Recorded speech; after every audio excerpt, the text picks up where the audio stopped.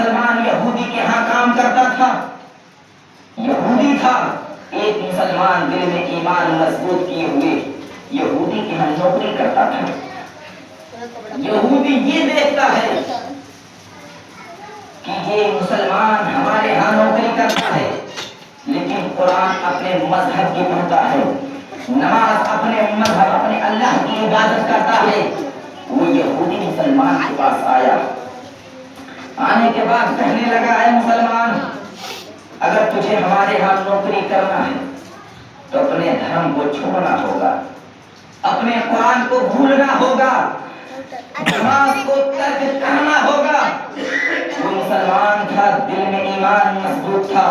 آنکھ میں آنکھیں ڈال کر کہتا ہے اے یہودی، تم نوکری چھڑوانا چاہتے ہو چھڑوا دو، لیکن ہم نماز کو کبھی نہیں چھوڑیں گے، قرآن کو کبھی نہیں چھوڑیں گے۔ آج کل کا مسلمان ہوتا چند پیسوں کی خاطر اپنے دین کو بیچ دیتا، اپنے نماز کو چھوڑ دیتا، اپنے قرآن کو چھوڑ دیتا، اپنے دھرم کو بدل لیتا، لیکن وہ مسلمان تیری عصمت کو سلام جس کے دل میں ایمان مضبوطی کے ساتھ بیٹھ جاتا ہے، وہ دنیا کی دولت کو ٹھوکر مارتا ہے، سنت مصطفیٰ کو اپنا کر زندگی کو گزارتا ہے۔ وہ مسلمان آنکھ میں آنکھیں ڈال کر کہہ رہا تھا اے یہودی، نوکری سے نکالنا چاہتے ہو نکال دو، لیکن ہم تو نماز کو کبھی نہیں چھوڑیں گے، ہم روزے کو کبھی نہیں چھوڑیں گے، ہم قرآن کو کبھی نہیں چھوڑیں گے۔ یہودی کہتا ہے وہ مسلمان، بتا تیرے قرآن میں ایسا کیا ہے جو چھوڑنے کے لیے تیار نہیں ہے؟ تمہاری نماز میں ایسا کیا ہے جو تم چھوڑنے کے لیے تیار نہیں ہے؟ اگر تمہارا قرآن سچا ہے، اگر تمہارا رب سچا ہے، اگر تمہاری نمازیں سچی ہے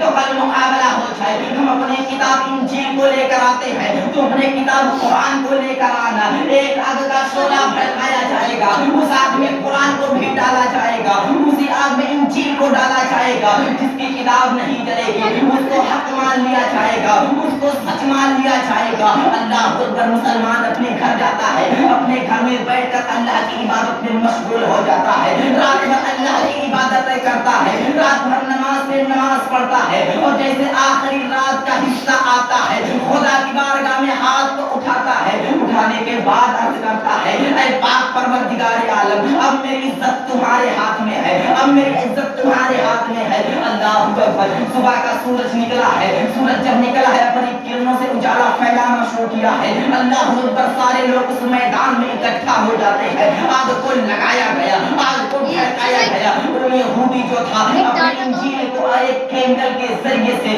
کتاب کو ڈھانپ دیا تھا، کتاب میں لگا دیا تھا، وہ کینڈل لگایا تھا جس سے آگ کا کوئی اثر نہ پڑے، آگ اس کتاب کو جلا نہ سکے۔ لیکن جو مسلمان بندہ تھا دل میں ایمان مضبوطی کے ساتھ قرآن کو سینے سے لگاتا ہے، لگانے کے بعد میدان میں حاضر ہو جاتا ہے، یہودی کہتا ہے اے مسلمان، جب اپنے قرآن کو تو آگ میں ڈال دے، میں یہ اپنے کتاب انجیل کو آگ میں ڈال دیتا ہوں۔ وہ مسلمان کہتا ہے اے یہودی، بات ایسے نہیں بنے گی، صرف کتاب اور کتاب کا مقابلہ نہیں ہوگا، صرف کتاب اور کتاب کی رہنمائی نہیں ہوگی، ہم اپنے قرآن کو لے کر آگ میں کود جاتے ہیں، تم اپنے انجیل کو لے کر آگ میں کود جاؤ، جو قرآن کے ساتھ محفوظ رہے گا، جو انجیل کے ساتھ محفوظ رہے گا، اس کو حق مان لیا جائے گا، اس کو سچ مان لیا جائے گا۔ اللہ اکبر، یہودی سوچ میں پڑ جاتا ہے ہم نے کتاب میں تو کیمیکل لگا لیا ہے لیکن اپنے